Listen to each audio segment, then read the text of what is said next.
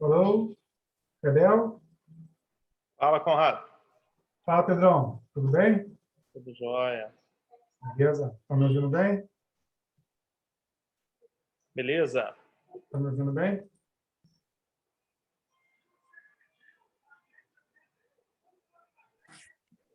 Pedel, tá me ouvindo? Estou te ouvindo. Tá. Som tá Conrado, direitinho? a residente é a Carolina, né? Carolina Fernandes? Carolina Fernandes, Isso. entrou agora. Vou botar ela. É isso, hein? Chegou já, pô. Equipada, hein? O quê? É do meu filho. Fone, microfone. É do meu filho, isso é gamer. É que eu tava sem, eu tô sem microfone. E aqui eu preciso usar microfone, que é barulho aqui perto. Aqui. Pronto, aí entrou a Carol. Oi, Carol, boa noite. Esperar só 4 minutinhos para dar 7h30. Tá. Oi, Oi, tudo Carol. bem? Boa noite. Tudo bem? Deixa eu ver se eu consigo fazer as coisas direitinho, porque eu não consegui ir para casa na correria. Daí eu acabei ficando por aqui, na Quem que vai, clínica. quer que vocês vão compartilhar a mesma apresentação ou vai ser uma apresentação de cada um? Como é que vai ser? Eu posso passar por aqui tudo, Carol. E você, o Tá, que você prefere?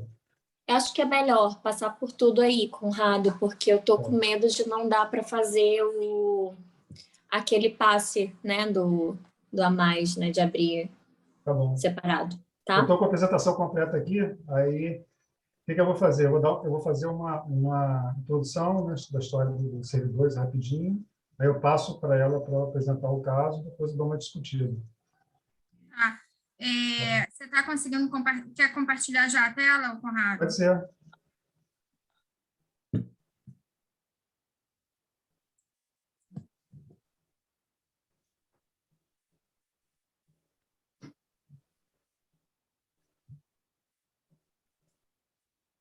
Está aparecendo? Tá aparecendo. Esperar 2 Começa ainda não, deixa eu só Tá. ver um negócio aqui rapidinho, peraí, já volto já. Um minuto. É O engraçado residente que... aonde? Oi? O ERG rodou lá com o Conrado. Não, eu fiz clínica médica mesmo nos servidores do estado e a paciente do caso foi acompanhada por mim por 2 anos, né, da residência. Mas agora você está na UERJ, Eu né? faço UERJ, agora eu faço UERJ em nefro. R1 ou R2? R2 quase saindo, Bebel. Louca para entrar no transplante.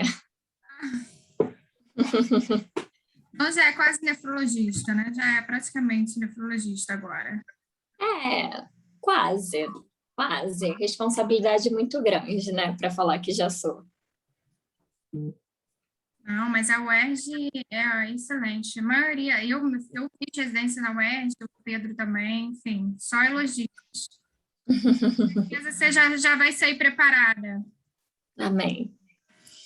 Amém, mas tem mais uma residência aí pela frente, né? Eu quero fazer transplante, então ainda tem mais um aninho. E aí você vai fazer onde? São Paulo? Quero fazer no Hospital do Rim, em São Paulo.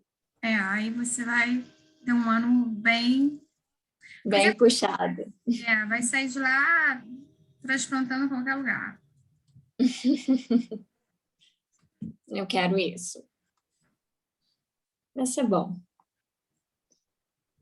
Deixa eu ver. Eu acho que já tem bastante gente. Acho que a gente pode começar na hora, né? Já, assim, já tem 20 pessoas. O que você acha, Pedro? Podemos começar? Presidente. Vamos começar, diretora. Bom, então tá. Boa noite a todos. Estamos indo, acho que para o 5º, né? Encontro, o 6º, encontro científico. Hoje o nosso convidado é o Hospital dos Servidores do Estado. O Conrado, atualmente, é o chefe do serviço. E trouxe a Carolina Fernandes, que foi residente nos servidores e atualmente residente da UERJ, para apresentar o caso. Então, Conrado, passo as palavras para você. E Olá, obrigada aí pela participação. Boa noite a todos. Eu queria agradecer muito, Bebel, agradecer o Pedro, pela possibilidade de estar representando o Serviço de Nefrologia dos Servidores do Estado hoje. E eu vou dividir essa apresentação com a doutora Carolina Fernandes, que foi residente de clínica médica nos servidores, de 2018 e 2020. E ela vai apresentar um caso que ela acompanhou na residência, ela rodou com a gente na nefrologia lá. E hoje eu tenho a felicidade de ter Carol lá como residente no UP. Então, residente 2 vezes. Antes de passar a palavra para ela, eu queria aproveitar esse momento e fazer, na verdade, uma homenagem à história do Serviço de Nefrologia dos Servidores do Estado, que, em muitos aspectos, ela se confunde com a própria história da nefrologia no Brasil. Né? Vocês vão ver. E prestar homenagem também às pessoas que trabalharam lá e fizeram essa história e que estão até hoje lá segurando, né, segurando a barra que a gente está passando. Bom, então vou passar rapidamente. Como eu falei,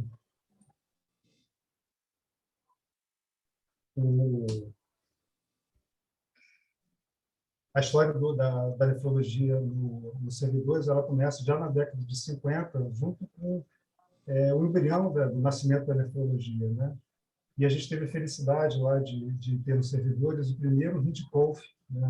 Aquele famoso e lendário dialisador do tambor rotatório, no Brasil em funcionamento, né? Não foi a primeira hemodiálise do Brasil, a primeira hemodiálise no Brasil por outro sistema foi feita se não me engano, foi na USP, né? Mas, na verdade, o primeiro Hindkolf ele foi testado e ficou em uso no Hospital dos Servidores. E aqui a gente vê, nessa foto histórica, né, o professor Jaime Landman, o Dr. Alberto Gentili, que era do Serviço de Clínica Médica, e aqui o Dr. John Merrill, que é um grande pioneiro, na verdade, da nefrologia mundial, né, e ele veio de Harvard para poder ensinar o método aqui para o pessoal do Rio de Janeiro. Então, isso foi na década de 1955. Conrado, o pessoal está falando que está pequena a apresentação. Será que o Edson botou que está pequeno e a Mariana botou que não está aparecendo em modo de apresentação? Parece que a sua tela, Conrado, não expandiu. Engraçado. Entra e sai. Para mim estava normal, mas não sei se para outros... Ainda continua assim? Continua assim ainda? Para mim está aparecendo normal. Não sei se tem alguém que não esteja vendo. Acho que é a configuração individual que estão falando aqui. Será? Mas alguém aí que esteja vendo aí com problema? Eu estou vendo normal. Não sei se tem... Bom, muita gente está vendo pequena.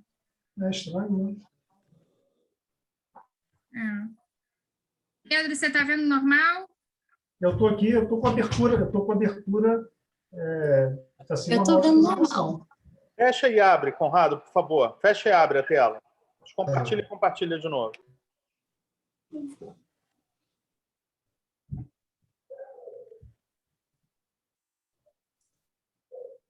O apresentador está grande e a tela está pequena. Que está falando, às vezes... Estranho. Será que não...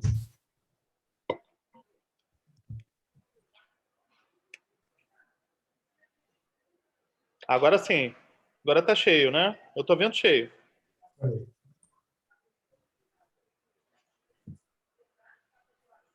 Agora parece que estão dando ok aqui. Tá. Estão vendo cheio agora. Estão vendo cheio? Agora foi. Agora parece que estão vendo cheio. Deu certo. Bom, certo. Desculpa, gente. Não pode continuar. Então. Desculpa, vai. Tá tranquilo. Então, primeiro hemodiálise com Hindkolf da história do Brasil, se não me engano, foi da América Latina. Aliás, eu queria agradecer ao professor Edson e ao Dr. Paulo Abreu, que me deram bastante material para poder montar isso. Sem eles, não ia conseguir. E a história desse Hindkolf é muito curiosa, e o Edson depois pode contar isso com mais detalhes, né? Mas ele foi resgatado 2 vezes. Ele ficou em uso durante os anos lá nos servidores, depois ele foi, claro, substituído por tecnologia mais moderna, né? E ele estava prestes a virar sucata quando ele foi resgatado pela primeira vez pelo Dr. Marcos Reis, que foi chefe de serviço durante muito tempo.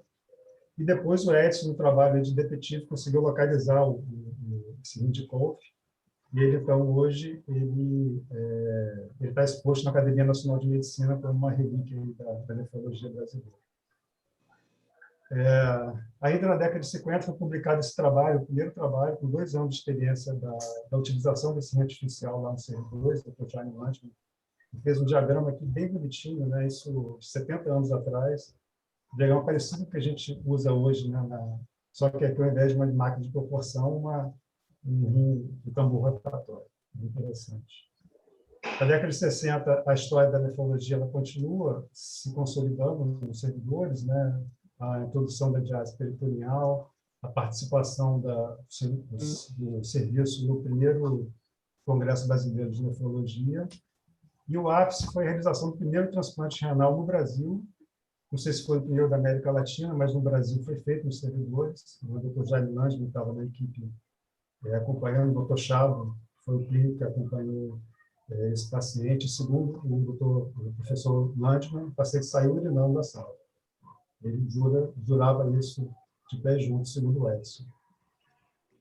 Na década de 60, então, o serviço de nefrologia ele continua se consolidando através de publicação de artigos, expandindo, né, o serviço de hemodiálise, a diálise peritoneal, inclusive pediátrica, e a hemodiálise pediátrica também. Na década de 80, é inaugurado um prédio dedicado ao tratamento de insuficiência renal crônica, né, um prédio anexo, com 2 andares, e abrigou uma época que talvez os servidores teve o maior serviço de nefrologia, certamente no estado do Rio, era lá. Nessa época, o Dr. Marcos Reis foi o chefe do serviço. Um outro ponto importante na história dos servidores da nefrologia do Rio foi o primeiro programa de transplante renal, né, estruturado, que foi o PITO, o Programa de Imunologia e Transplante de Órgãos, foi inaugurado em 87, foi o embrião, né, do transplante de órgãos do estado do Rio de Janeiro. O primeiro coordenador foi o Dr. José Roberto, né, que está aqui. Não duraria muito tempo, logo depois seria substituído pelo Rio Transplante, né, do professor Cavalieri, que teve participação muito importante nessa produção. Aqui só mostrando algumas pessoas que foram importantes na história da nefrologia, rapidamente, né. Aqui na década de 70, o Dr. Bernardo, o Dr. Santino, Schecker.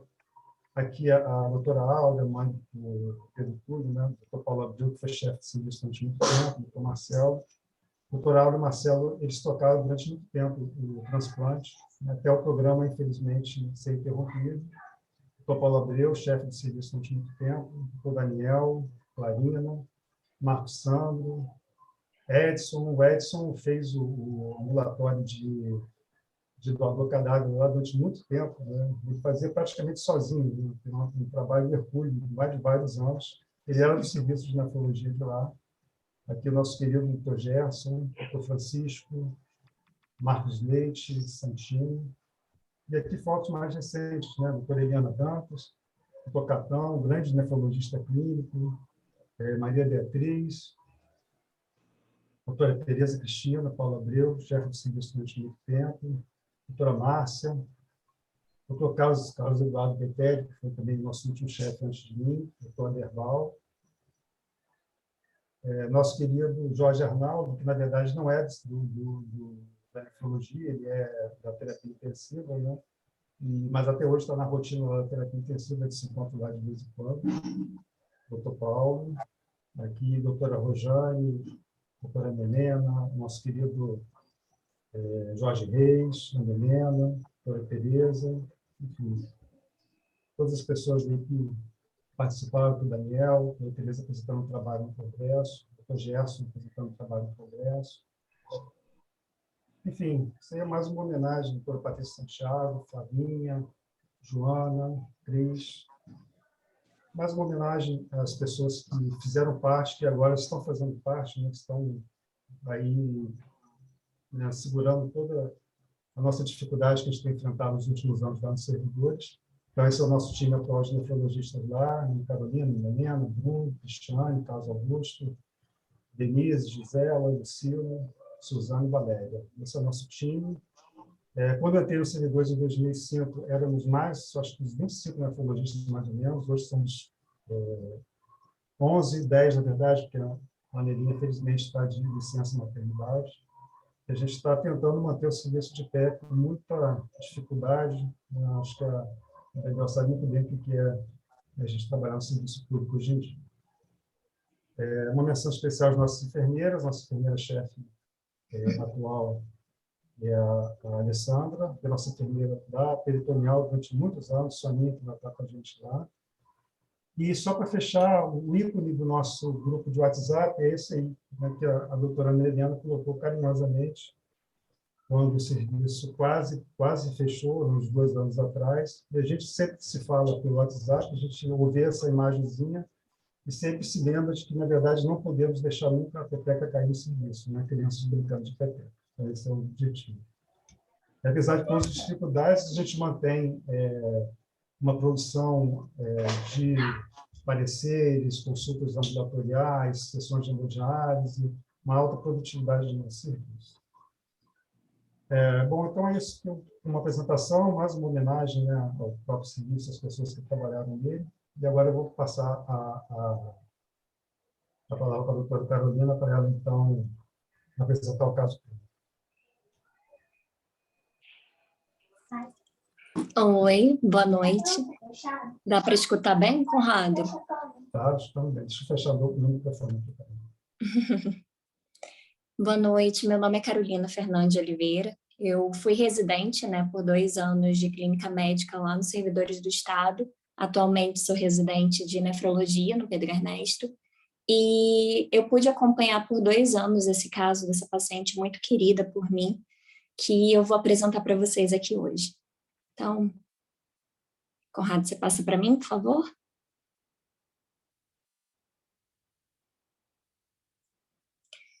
VSS, sexo feminino, 41 anos, negra separada, católica, natural do Rio de Janeiro, residente de Belford Roxo. Técnica de enfermagem aposentada, 3 gestações, 3 partos, aborto 0. Portadora de esclerose tuberosa, de diagnóstico clínico em 2009, com necessidade de nefrectomia direita na época. Ela evolui em 2013 para terapia de substituição renal e hemodiálise, após a gestação do 3º filho. Possui ainda insuficiência cardíaca, hiperparatireoidismo secundário, com deformidade óssea associada e hipertensão arterial. Tem um relato de retirada de tumor cerebral na infância, contudo não tinha laudos da época, e ela negava doença tanto neurológica quanto nefrológicas familiares.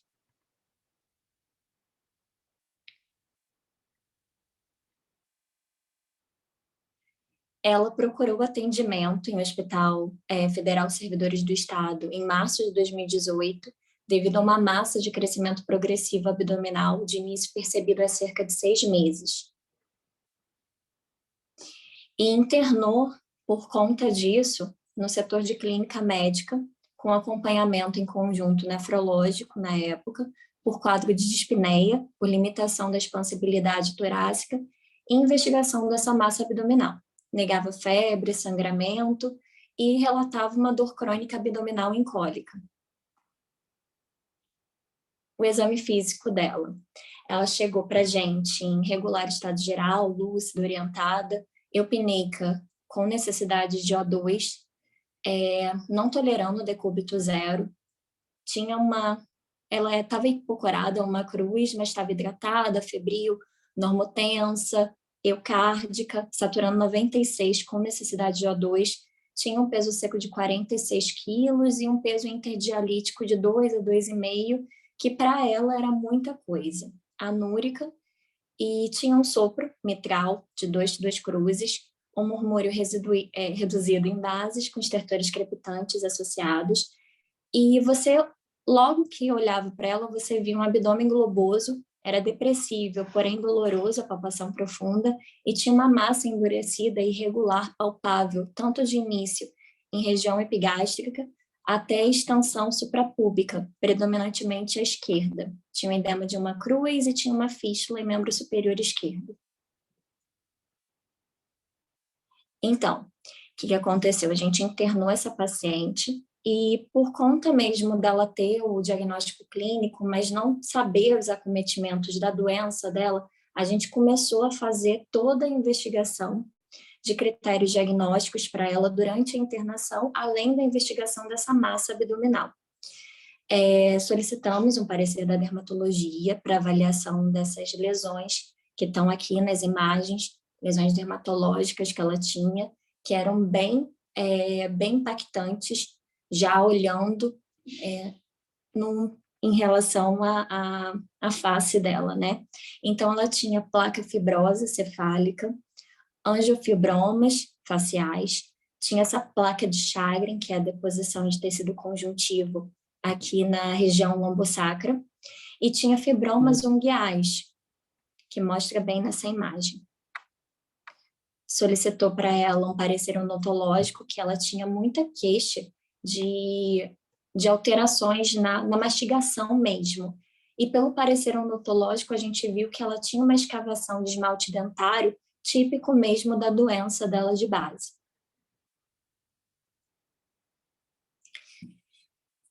Solicitamos o ecocardiograma transtorácico, né, até por conta dessa questão do sopro e por conta de investigação cardíaca dela. Ela tinha uma fração de ejeção normal, porém tinha um ventrículo esquerdo, átrio esquerdo aumentado, espessamento de folheto mitral, com deslocamento apical de bordo de captação pela dilatação de VE em tétano, regurgitação mitral moderada, que explica bastante o sopro dela, tinha uma pressão de artéria pulmonar elevada de 54 milímetros, que poderia ser decorrente a outras alterações que a seguir a gente vai ver, e tinha um aumento também de ventrículo direito e átrio direito, com aumento de líquido pericárdico fisiológico.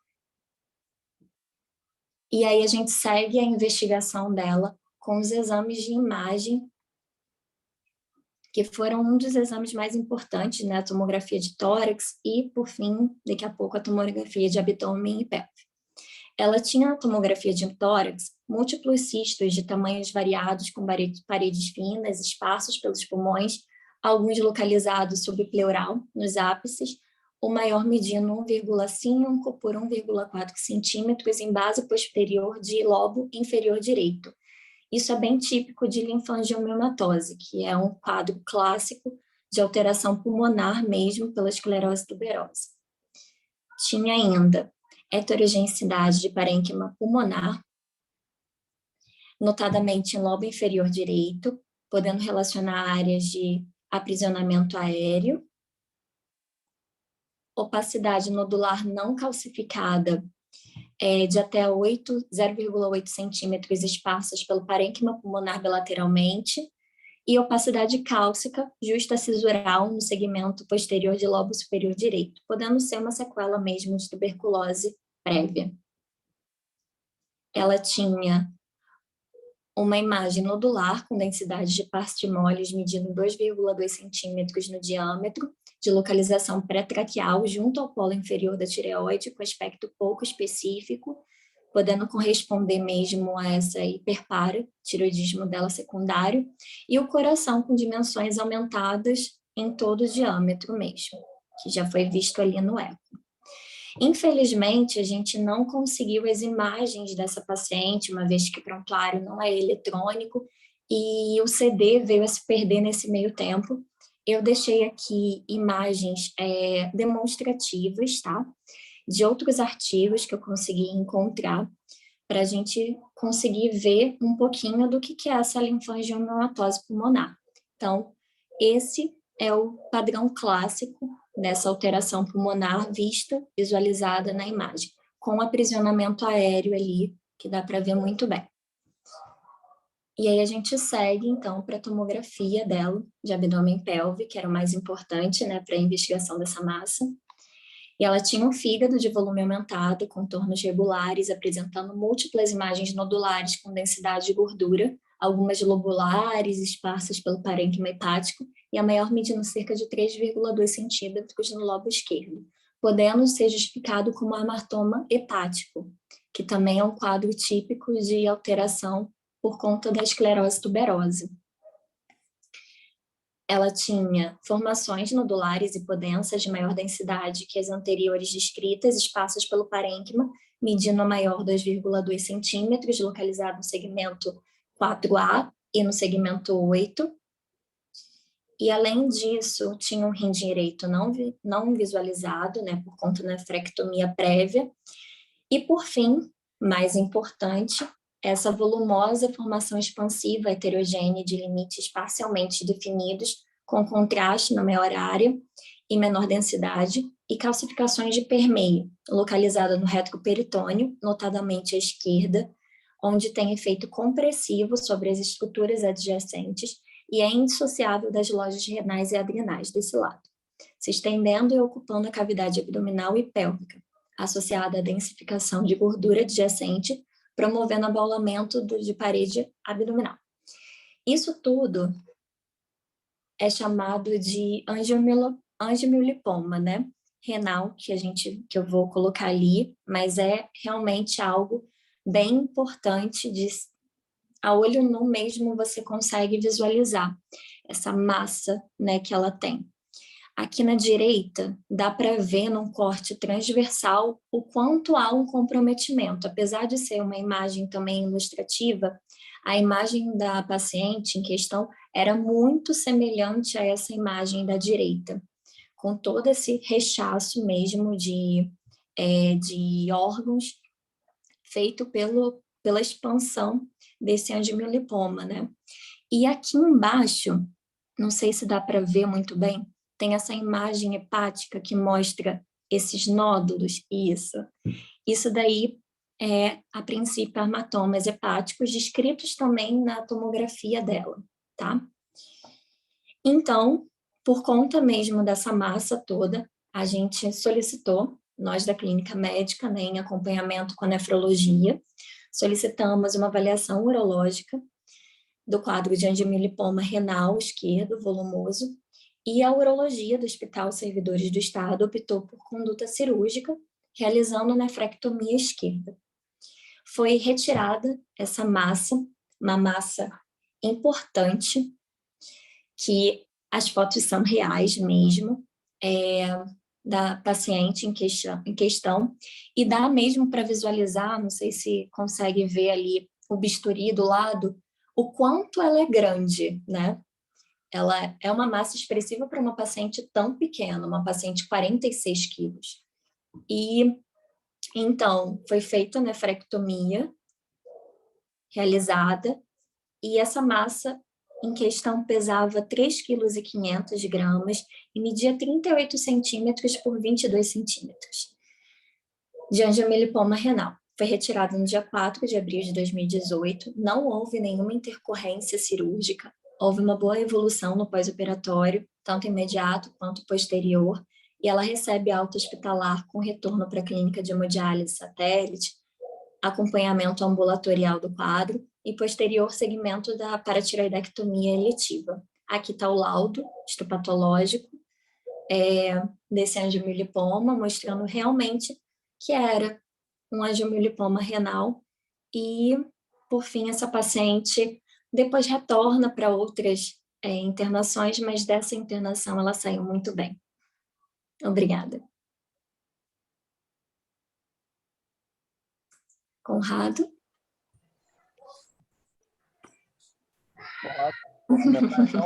Parabéns, Carol. Acho que resumiu bem. As imagens bem gráficas, né? Eu gosto muito de imagem renal e a tomografia mostrou bem aí o volumoso angiomiolipoma que tinha.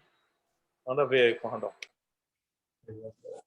Então, a gente trouxe esse caso, né, porque é um caso muito ilustrativo dessa doença, né?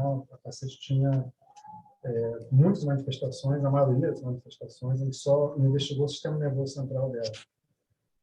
Eu não lembro se ela tinha prejuízo cognitivo. Tinha, Carol? Não lembro. Oi? Alteração cognitiva ela tinha? Ela não tinha nenhuma alteração cognitiva. A paciente, ela até tinha um ensino superior, né? Ela fez um ensino técnico em técnica de enfermagem e não tinha nenhuma alteração também com relação à epilepsia, nem nada. Ela fala que na infância dela, ela teve esse tumor que foi logo retirado e não houve nenhuma complicação. Só que por uma questão socioeconômica, a casa dela teve uma enchente na época e ela perdeu todos os laudos, então eu não tenho como averiguar. E a má adesão dela de não vir, né, nas consultas, tudo, também pioraram muito a investigação diagnóstica, que eu até cheguei a pedir uma tomografia de crânio, mas ela não chegou a fazer por uma questão social também envolvida. Então, vamos aproveitar esse momento para a gente poder fazer uma pequena revisão, né, sobre essa condição, que é uma condição rara, a gente vê de vez em quando. Se eu não me engano, lá no Pedro Ernesto, eu me lembro de um paciente transplantado com esclerose tuberosa. Eu não lembro demais, Edson talvez saiba, Jorge também saiba mais, pacientes com esclerose tuberosa, mas não é uma condição muito comum. E essa paciente é um quadro muito rico, né? Então, a gente aproveita para fazer uma pequena revisão sobre a literatura. Então, o complexo esclerose tuberosa, como é chamado, né, é uma doença genética rara, que ela ocorre tanto de novo, né, em mutações novas, né, ou transmitidas de forma autossômica dominante, e é caracterizada por desenvolvimento de tumores, na sua maioria benignos, em vários sistemas orgânicos. Como eu falei, é raro a ocorrência em torno de 1 a cada 6.000, 10.000 indivíduos, o que dá uma prevalência mundial algo em torno de 1 a 2 milhões de pacientes no mundo inteiro. Ela é causada por mutações nos genes TSC1 e TSC2, e indivíduos com diagnóstico dessa condição, a mutação é identificada em 85 a 90% dos casos, pelas análises de sequenciamento que a gente tem, mas não se acredita que haja outro gene, né? Então, possivelmente, isso é uma limitação ainda dos métodos de detecção que a gente tem atualmente. E essas mutações nesses genes provocam uma superativação do complexo 1 da mTOR, né, do alvo mamífero da apamicina, que é um regulador-chave do crescimento e proliferação celular. Isso resulta, então, em lesões anastomatosas em múltiplos órgãos e sistemas orgânicos. Aqui é uma via bem simplificada da via de ativação da mTOR, né, mostrando um complexo formado por essas duas proteínas, a martina e a tuberina. O gene TSC1, localizado no cromossomo 9, ele produz a martina, e o gene TSC2,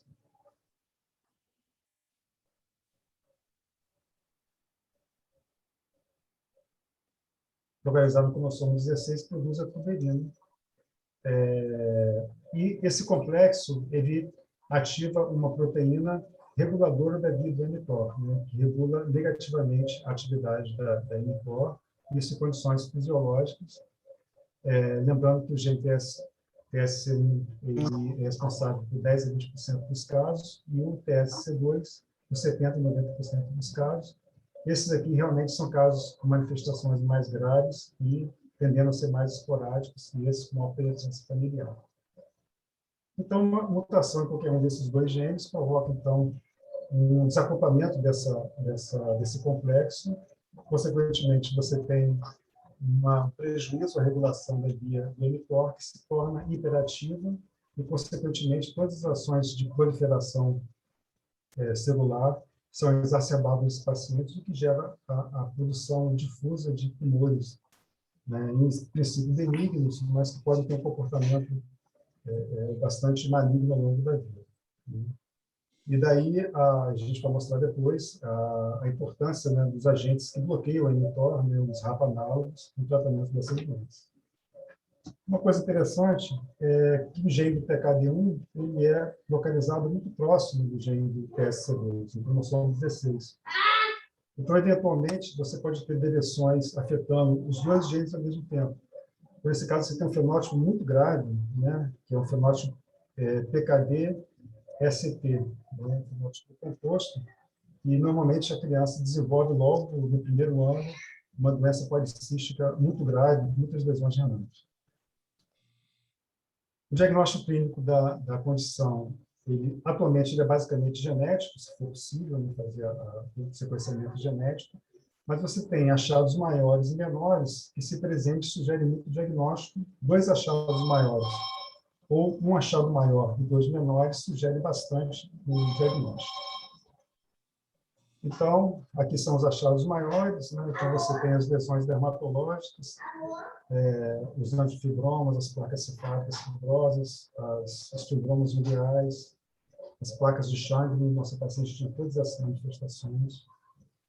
Oftalmológico, os amartomas retinianos, as lesões cerebrais, que são as lesões tuberosas corticais, né, que inclusive dão o nome da doença, né? Os nódulos epitendinais e o osteocentoma gigante.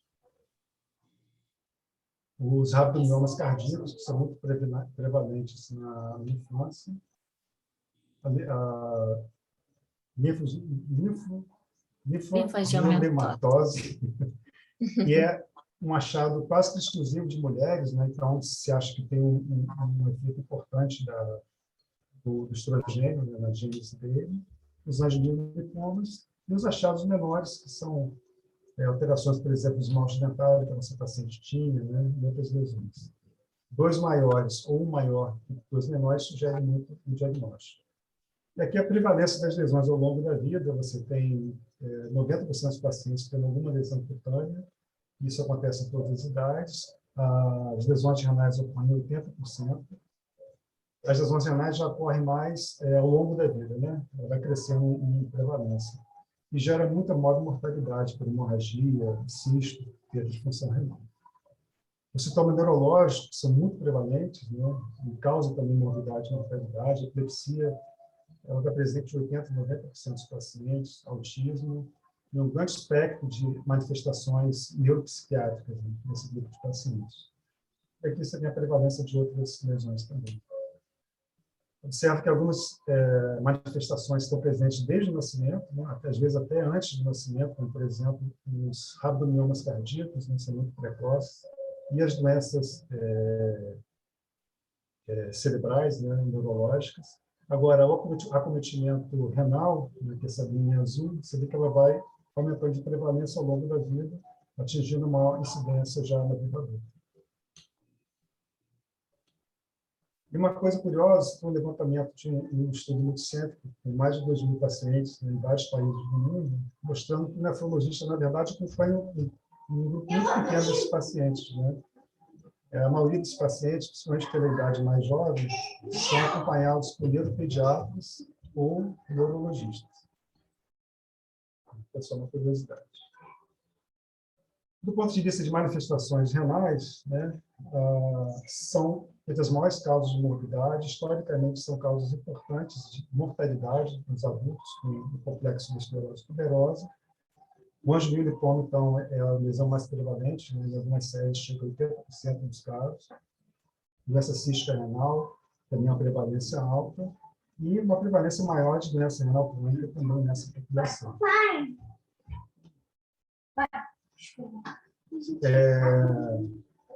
Então, vou falar rapidamente sobre os angiolinfomas, que são lesões mais importantes. Então, como eu falei, chegam até 80% de acometimento de acordo com a série, né? Geralmente são múltiplos e bilaterais, progridem com a idade, e são também causam mais problemas também nas mulheres, são mais agressivos nas mulheres. Os angiolinfomas pertencem a uma família de tumores chamados neoplasias com diferenciação epitelioide, perivascular, chamados pecomas, né? O angiolinfoma clássico esse aqui ilustrado na figura A, que contém tecido adiposo, vasos sanguíneos anormais e células musculares. Você tem uma variante chamada epitelioide, que tem um conteúdo menor de gordura, e às vezes ele pode, inclusive, dificultar um pouco o diagnóstico radiológico. Mas a grande maioria são os angiolinfomas clássicos mesmo. A prevalência dos angiolinfomas aumenta com a idade, e eles são mais numerosos e de tamanho maior nas mulheres. Então, observa aqui um levantamento daquela coorte de 2.000 pacientes, mostrando que a prevalência dos angiolinfomas aumenta, né, quase que linearmente ao longo da vida. O indivíduo maior de 40 anos ele chega a quase 80% de prevalência de lesões. E é interessante que o número de intervenções que o indivíduo tem que passar ao longo da vida para tratar complicações do angiomilipoma também aumenta progressivamente. Aqui em laranja são as complicações, o tratamento das complicações do angiomilipoma. As manifestações incluem hemorragia peritoneal espontânea, que é a manifestação mais temida, né? Hematúria, dor, invasão do tecido renal com prejuízo funcional e hipertensão arterial. Como eu falei, a manifestação mais grave é a hemorragia espontânea, né? Renal espontânea. Existe uma epônima para isso, né? Que eu nem sabia, que é a síndrome de Underlich. Na verdade, existem várias causas, né, possíveis de hematoma renal espontâneo, né? Mas os angiomilipomas, eles respondem por 50% de todos os casos dessa síndrome, que é o hematoma renal espontâneo. Aqui um exemplo de um angiomilipoma, né, com ruptura, né, causando uma grande hematoma retroperitoneal. As características clínicas. Então, são chamados de síndrome de Underlich. Os angiomilipomas maiores que 4 centímetros são mais propensos a crescer, desenvolver micro ou macroaneurisma, que são, na verdade, as lesões mais importantes, né? Que são vasos sanguíneos tortuosos. E os aneurismos maiores que 5 milímetros são aqueles associados ao aumento da chance de gerar essa síndrome. Uns exemplos radiológicos aqui, né? A gente tem ultrassom angiomilipoma, uma lesão bem delimitada, piratogênica, às vezes um pouco mais mal definida, que se foi epitelioide. Aqui na tomografia, essas 4 primeiras tomografias aqui mostram a evolução do mesmo paciente ao longo de 20 anos. Então, a gente observa como que o tecido renal foi sendo substituído por tecido tumoral. Aqui um exemplo de um angiomilipoma epitelioide, né, que não tem a característica de ser muito rico em gordura, né, então ele é uma massa mais hiperecogênica na tomografia. E aqui uma combinação de rim policístico com a esclerose tuberosa, mostrando a característica. Aqui uma ressonância, o sinal inter1 e o sinal interdenso, ao contrário da tomografia para hipodenso. Então, uma vez um indivíduo com suspeita ou uma esclerose tuberosa recém-diagnosticada, você faz logo uma ressonância de abdômen para acessar a presença de angiomilipoma ou cisto e faz o screening de hipertensão e taxa de filtração glomerular. E no indivíduo que já tem um diagnóstico estabelecido da condição, você faz uma ressonância de controle a cada 1 a 3 anos para acompanhar a progressão das lesões e avaliação periódica da taxa de filtração crescente. Nos pacientes com hemorragia aguda pelo angiomilipoma, o procedimento de eleição é embolização, né, seguindo corticoide para evitar síndrome pós-embolização. Deve ser tão seletivo quanto possível para preservar o parênquima e, se for possível, evitar a nefrectomia. Os indivíduos que têm angiomilipoma maior do que 3 centímetros, mas assintomáticos, a primeira linha, senão, seria então o uso dos inibidores do mTOR, e a segunda linha, embolização seletiva ou cirurgia perfuradora de parênquima.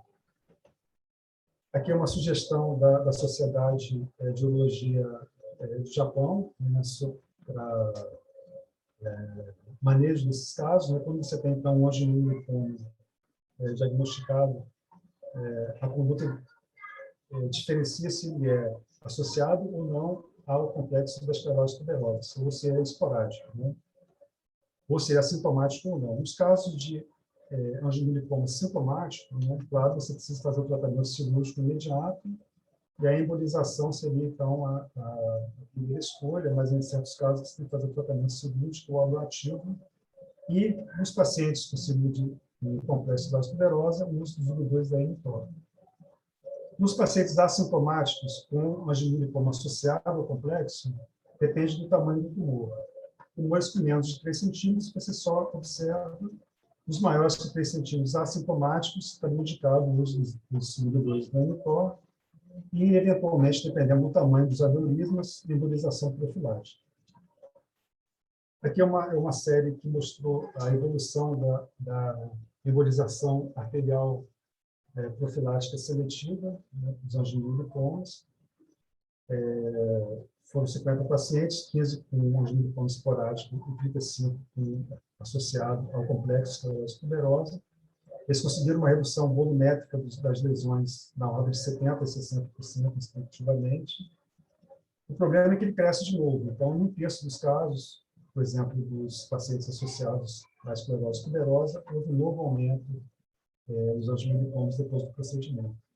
Mas, no entanto, é um procedimento muito efetivo, principalmente no tratamento dos microaneurismas, né? Observa que, por exemplo, a imagem pré-procedimento, né, com a tomografia, e na angiografia, os microaneurismas, que são as lesões perigosas, né, que podem romper.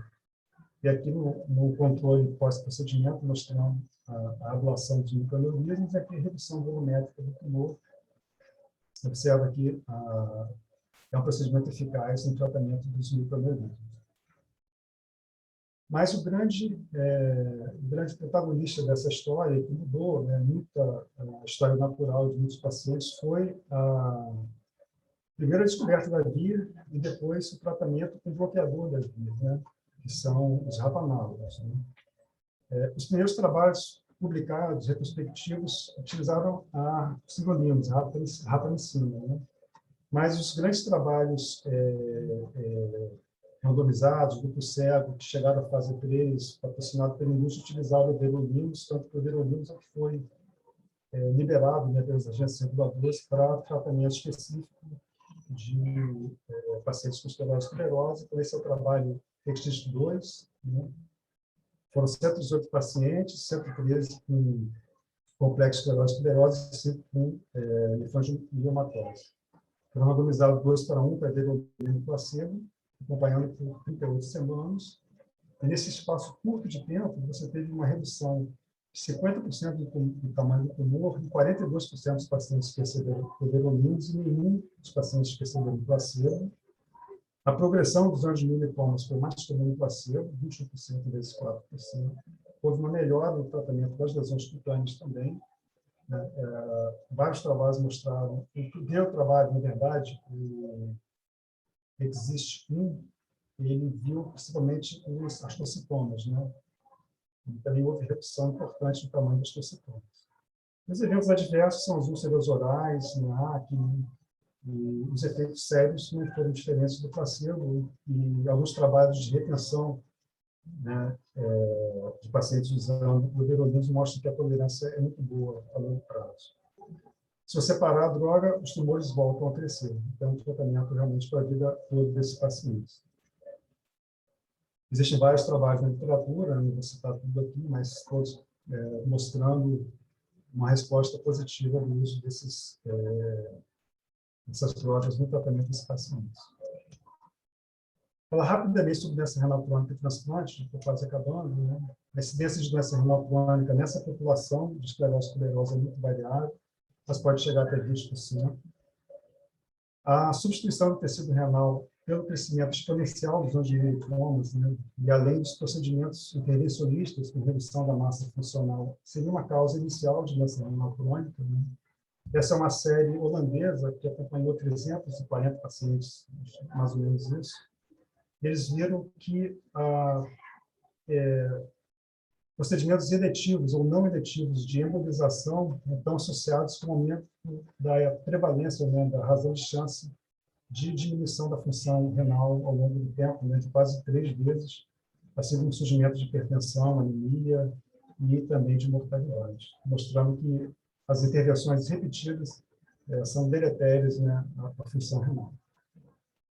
O estudo retrospectivo mostrou que fatores potencialmente modificados como hipertensão, proteinúria e hiperfiltração ocorrem precocemente em pacientes. Essa é uma coorte pediátrica que foi retrospectivamente avaliada. Eles viram de 60 pacientes, uma mediana de idade de 19 anos, 32 já eram hipertensos. De 51 pacientes com proteinúria dosada, uma mediana de 23 anos, 16% tinham proteinúria, e uma mediana de 6 anos, 25% já tinham hiperfiltração. Então, mostrando que vários fatores de risco ocorrem mais precocemente nessa população. E aqui tem outras hipóteses, né, que seriam a insuficiência dos genes, né, que geram a superatividade do mTOR, complexo do mTOR, combinaria hipertrofia glomerular e hiperfiltração, com possível evolução para a esclerose glomerular ou ativação de fibrose intersticial. A gente tem trabalhos experimentais, modelos experimentais dessa condição que mostram isso, mas não vou entrar em detalhe. Só para finalizar, em relação ao transplante, essa foi a série maior que eu encontrei, da França, né, do registro francês, né? Foram 54 pacientes que eles avaliaram, submetidos todos a transplante de doador falecido, no período ao vivo. Observa uma prevalência de sexo feminino, né, mostrando que a condição renal ela é mais prevalente nas mulheres mesmo. Né? Uma parcela grande desses pacientes tinham alterações neurológicas, em torno de 15 até 30% dos pacientes. Muitos já tinham sofrido intervenções, como nefrectomia bilateral prévia, nefrectomia bilateral. Nessa coorte, uma mediana de acompanhamento de 6 anos, mostrando uma sobrevida bem boa do enxerto, né? 92% em 5 anos, 70% em 10 anos, e 25% dos pacientes retornando para a terapia não substitutiva, e eles fazem um score de propensão e comparam, né, a sobrevida do enxerto com outras nefropatias e mostram que, na verdade, é muito parecida, né? Com 5 anos e com 10 anos, a sobrevida dos pacientes do enxerto, né, em pacientes com complexo de esclerose tuberosa é bem similar a outras condições nefrológicas. Né? E, é claro, os pacientes que são submetidos a transplante, né, a droga de eleição para tratamento seria, né, os inibidores do mTOR, né, rabanicina ou everolimus, psilocibina ou everolimus, né? E nesse relato de caso, numa doação preemptiva do pré-transplante, mostrando que depois de 2 anos de uso contínuo de psilocibinas, né, houve uma redução importante. A paciente tinha angiolipomas residuais, né, e houve uma redução importante dos angiolipomas com o uso continuado de psilocibinas ao longo do tempo pós-transplante. É claro que a presença de grandes massas talvez tenham que ser ressecadas antes do transplante do ovo. Gente, acho que eu finalizei. Queria agradecer a Pedro, agradecer a Bebel pela oportunidade de mostrar alguma coisa do Hospital de Servidores do Estado. E estamos abertos aí a um comentário. A gente que agradece. Você deu show aí e parabenizar os servidores, realmente é referência no Rio da nefrologia, né? A história, acho que muito da história da nefrologia do Brasil começou aí, como o próprio professor Edson sempre mostrou para a gente. E você tinha me mandado um zap essa semana falando que era um caso simples. Falei, gente, caso simples, nunca esperavam uma doença rara, né? Enfim, agora quando você falar que tem um caso complexo, eu vou ficar com medo. Tem algumas perguntas aqui, olha. Tem o Carlos Gomes, ele não conseguiu acompanhar, está perguntando se ela tinha déficit cognitivo. Pelo caso que eles falaram, não tinha, né? Ela tinha... Não tinha. Essa paciente tinha tudo menos déficit cognitivo. Interessante, né? O fenótipo, né? Como que porque se olha a literatura, fala 90% de epilepsia, 80% algum transtorno, né, psiquiátrico. E a paciente não tinha nada disso. Ela tinha, na verdade, um quadro muito florido, dermatológico, renal, né? Um angiolipoma extremamente agressivo, né? Sim. Que motivou uma nefrectomia anterior e a segunda nefrectomia. Né? Ele comentou aqui que teve 2 pacientes que ambos tinham déficit cognitivo. Eu também eu vi 2 pacientes, um tinha autismo, inclusive, assim, um era autista e entrou em diálise cedo, mas assim, não lembro detalhes, mas eu acho importante porque a nefrologia, a gente tem um espectro aí de doenças raras muito grande, então, sempre quando eu levanto a bandeira, né, assim, eu acho que a gente tem que para a gente fazer o diagnóstico, a gente tem que pensar, né? Então, é muito importante esse tipo de aula, porque a gente deixa, às vezes, os pacientes passarem, e eles são pacientes únicos, né? Eles, às vezes, apresentam cada um de uma forma diferente, de uma maneira diferente, e a gente aprende com eles. Mas, olha, tem várias mensagens chegando aqui. O Edson, logicamente, está parabenizando pelo resgate da história. do primeiro transplante do Brasil, que foi lá nos servidores. A Argentina fez um em 1959. Gente. Na UERJ, tem um com retardo mental na UERJ, que ele está falando. É esse mesmo. Eu lembro desse paciente, é o único que eu lembro, realmente. Assim, A Amanda está perguntando aqui se o editor tem liberação para tratamento com facilidade. Acho que não, né? Nada que fora do escopo ali de transplante. A Aline Pichoni tinha um doente no fundão e eu lembro que ela ficava pedindo para mim. A gente sempre que trabalha com transplante tem sempre alguma facilidade de pegar o remédio, né? Então a gente conseguia doação para essa doente, mas não libera, não. O Fred aqui está mandando parabéns. Não sei se alguém levantou a mão para falar, comentar mais alguma coisa. Acho que foi bem ilustrativo e deu para aprender bastante com esse caso. Agora, uma pergunta que eu tenho. Vocês encaminharam ela para transplante? Ela era nova, né? Como é que ela está nessa questão? Então, Bebel, essa paciente, ela ficou, eu vou falar foragida, né? Porque eu ficava muito atrás dela, para ela até fazer a paratiroidectomia. E depois de uns 6 meses, ela retorna para fazer a paratiroidectomia. Teve uma evolução muito difícil na internação, teve uma fratura patológica de fêmur, fez a PTX dela e teve complicações também com relação à intubação orotraqueal, teve sepse e ela veio a falecer logo em seguida, né? Então, não é... O final não foi tão legal assim, mas são pacientes graves, né? Eles têm várias comorbidades, assim, várias patologias, a mesma patologia, né? Hiperpares secundário, enfim. Pedro, não sei se você quer fazer algum comentário, tem mais um comentário aqui. Edson está perguntando, retardo mental faz parte do espectro da esclerose? Existe até uma classificação que eles usam, né, de um espectro enorme de condições neuropsiquiátricas, né, que associadas à esclerose tuberosa, autismo, vários espectros do autismo, déficit cognitivo, enfim, são muitas alterações, né? A prevalência de doença neurológica ela começa desde muito cedo, né, nesses pacientes, né? Tanto que a própria denominação esclerose tuberosa se refere àquelas formações nodulares, né? São tuberosidades cerebrais, né, que estão presentes em 80% dos pacientes, né? Pelo menos mais sérias. Então, é muito prevalente. Agora, deixa eu perguntar uma coisa, Conrado. Você falou que é uma autossômica dominante ou pode ser de novo, né? No caso, vocês chamaram a família, tentaram fazer algum rastreio genético? Eu chamei os familiares, né? Ela tem, no caso, duas irmãs, que não tinha nenhuma alteração nefrológica a princípio, e tinha 3 filhos. A filha mais nova dela, questão social, que eu falei que ela era má aderente, porque a filha mais nova dela era uma pessoa especial, né? Uma criança especial que também acompanhava nos servidores, e a princípio não tinha alteração nefrológica, e essa questão neurológica nefrológica. Essa questão neurológica dela ficou como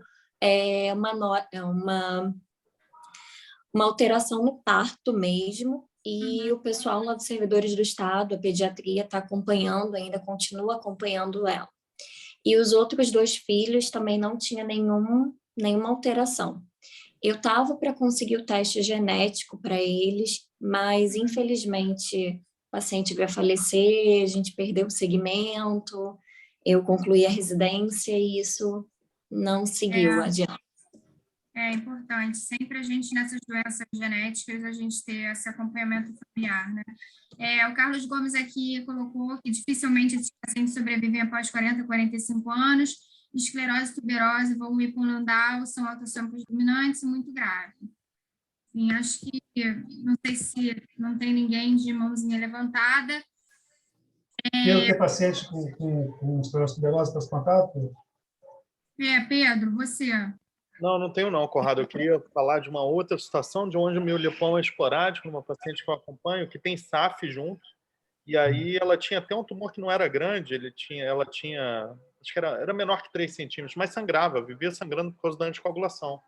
E Uhum. aí ela acabou fazendo, ela fez um procedimento cirúrgico, porque ela embolizou pré e mantinha o sangramento, né? Então acabou fazendo uma nefrectomia parcial. Então, às vezes a gente tem, né, a síndrome de Wunderlich, que você falou, eu já vi algumas vezes, mas nunca por angiomilipoma. Eu já vi muito por cisto renal, doença adquirida também. Lembro de um caso que eu acompanhei lá no Fundão, com Carlos Pérez também.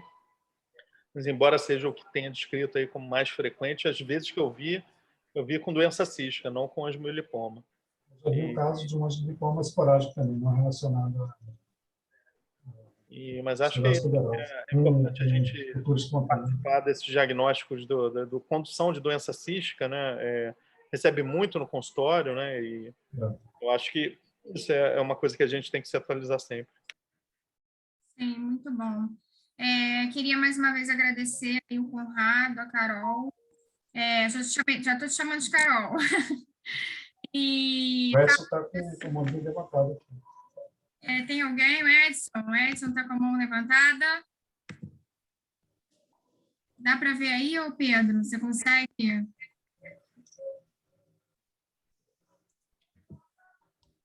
Peraí. Acho que ele Edson. já baixou. Já baixou. Não, ele está com a mãozinha levantada aqui. Aqui para mim, não. Bom, pessoa, quer falar alguma coisa? Eu botei ele aqui para falar. Vamos ver. Posso falar? Pode falar, professor. Pode. Não, eu queria só, mais uma vez, dar os parabéns ao Conrado. Como ele disse, o servidor faz parte da história da nefrologia, onde teve o primeiro transplante renal, né, em 64, primeiras diálises em 56 com Landman. Tem um rim que poucos de vocês conhecem, que é o rim em placa, o rim de Kiel, né, que foi também usado dos servidores, foi usado do Pedro Ernesto. O Cavalieri está devendo essa história para a gente, porque ele esticava as membranas para fazer a diálise com o rim de Kiel. Ele nunca contou essa história para a gente. E teve diálise peritoneal, e eu cheguei lá em 83, junto com esse grupo que o Conrado mostrou, ainda numa época áurea, quando surgiu o Pito. Nós chegamos a fazer quase 100 transplantes num ano lá, né? Até que um ministro da Saúde, chamado Alcine Guerra, demitiu todo mundo e jogou os servidores lá para baixo, mas lentamente o Conrado e a sua equipe estão conseguindo levantar os servidores de novo. Queria só dizer para a Carol, também dar os parabéns para ela, que 50% dos nossos pacientes perdem os rins por falta de aderência, né? Então, os pacientes nós temos um paciente lá no Pernambuco com esquizofrenia, né, que está bem. Esse com doente mental também está bem, né? Tem um paciente com síndrome de Down e tem outro com síndrome que tem uma depressão grave. Alguns, né, que têm problemas psicológicos e psiquiátricos, né, que tem que ficar de olho se estão tomando os remedinhos direitinho. E quanto ao angiomilipoma, nós já tivemos angiomilipoma em doador, né, em doador de rim. Foi um achado ocasional na mãe de uma menina, na época, lá em 82, 83, quando a gente não tinha nem ultrassom, a gente nem avaliava com ultrassonografia os rins de doadores, era com urografia excretora e arteriografia, e a gente não viu, né? Isso é uma coisa que eu sempre chamo a atenção dos residentes, quando vocês levarem o caso na urologia, não olhem para o doador como uma pessoa, só o lado que vai se tirar o rim, né? Tem uma artéria do lado, tem duas do outro, olha aquela arteriografia, né, a CT, como se fosse de uma pessoa que vocês estão procurando alguma coisa que pode estar errada ali e achar um pequeno tumor. Essa moça, graças a Deus, era um angiomilipoma, né? Ela evoluiu bem, está viva até hoje, e a receptora dela, a filhinha dela, está também viva.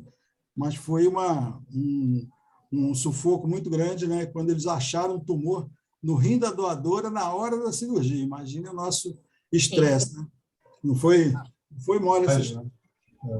A gente já fez dois sabendo, professor. Fizemos 2 com doador vivo, com angiomilipomas pequenos que foram detectados e tirou o rim que tinha angiomilipoma e fez exerese na bancada.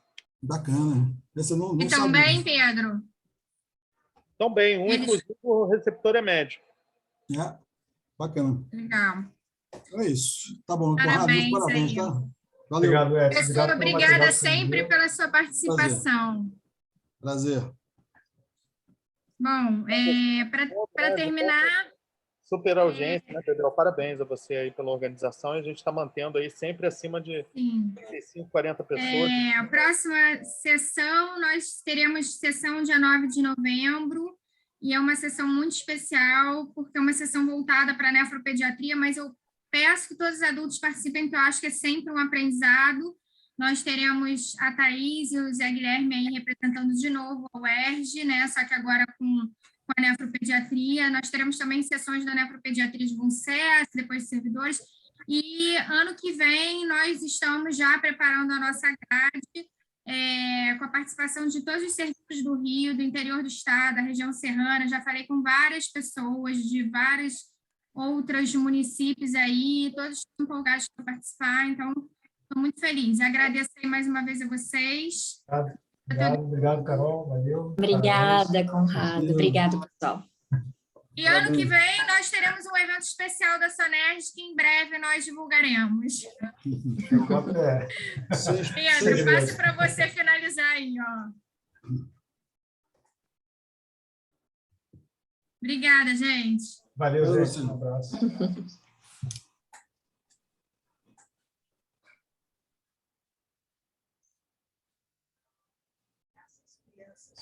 O depoimento foi menos de 16 horas depois da pane que paralisou a plataforma da rede social, o Instagram e o WhatsApp. Hoje, o Facebook afirmou que a pane se deu sem intenção durante uma manutenção de rotina. Foi um sinal errado que derrubou toda a rede. O problema deixou os servidores dos aplicativos sem comunicação com a internet e derrubou, além da página do Facebook, os outros aplicativos da empresa, Instagram e WhatsApp. O dono do Facebook, Mark Zuckerberg, pediu desculpas pela sua própria rede. Disse: "Eu sei o quanto vocês confiam nos nossos serviços para se manterem em contato com as pessoas com quem vocês se encontram.